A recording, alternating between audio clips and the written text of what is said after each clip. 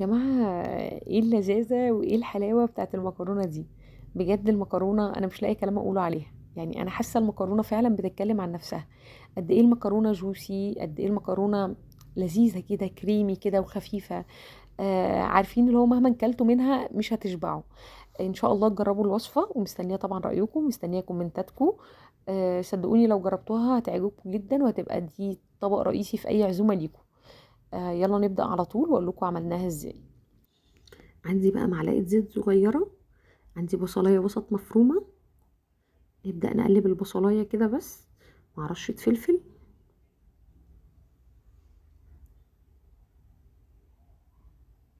عندي بقى نص كيلو لحمة مفرومة. انا اللحمة المفرومة كنت مخرجاها من الفريزر، يعني ثواني كده مجرد ما تنزل بس مع البصلاية هتبدأ تفك على طول.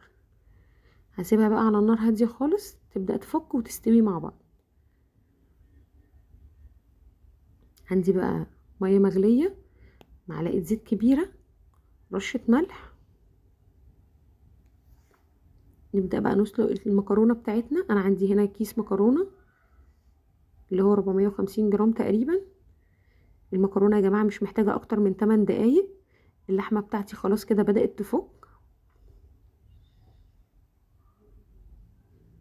عندي بقى فص ثوم، واقلبها كويس مع بعض واسيبها برضو خالص لحد ما ابدا اعمل المكرونة بتاعتي والبشاميل، وهتكون كده اللحمة جاهزة معايا. عندي بقى معلقتين زيت، معلقتين سمنة كبار، انزل عليهم بخمس معالق كبار دقيق. نبدأ نحمر الدقيق كويس جدا مع رشة فلفل. عندي مكعب مرقة دجاج، رشة الفلفل بتاعتي. ودايما ايدينا تبقى في البشاميل عشان الدقيق ما يتحرقش مني. اول كده ما ياخد اللون الذهبي بتاعي هبدأ انزل عليه باللبن. انا عندي هنا حوالي لتر ونص لبن.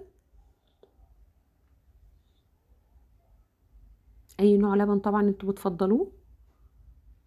نفضل نقلب فيه كده على طول، ايديا على طول في البشاميل. انا عندي بقى هنا معلقة جبنة مطبوخة. طبعا متوفرة مفيش مشكلة، مش متوفرة برضو مفيش مشكلة. هي بتعلي من التست، يعني بتبقى طعم البشاميل احلى. بس لو مش موجودة مش هتفرق قوي برضو.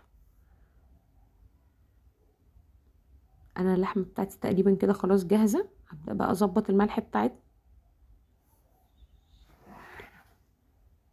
البشاميل برضو خلاص كده اول ما يبدأ يتقل معايا. انا بحب البشاميل خفيف يا جماعة.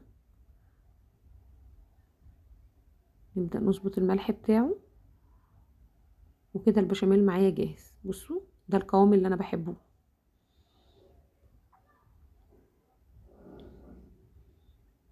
عندي بقى المكرونة بتاعتي هنزل عليها كده بحوالي 3 4 معالق كبار كده بشاميل.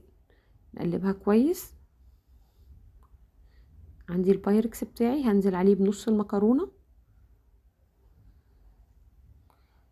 نضيف اللحمة بقى.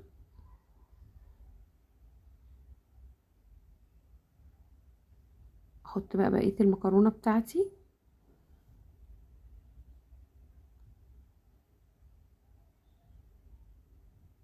المكرونة تبقى طبقة رقيقة قوي، بلاش نحط مكرونة كتير يعني بتبقى احلى.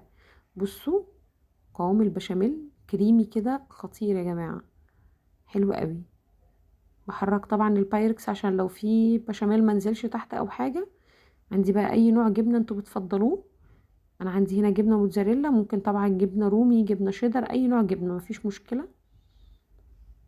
بتدي لون حلو قوي للمكرونة. بصوا كده المكرونة جاهزة معايا، خطيرة. لونها حلو جدا وطعمها تحفة. طبعا مستنية ان انتوا تجربوها وتقولي لي رأيكم في الكومنتات. يا رب تكون الوصفة عجبتكم، وان شاء الله نتقابل في وصفة جديدة.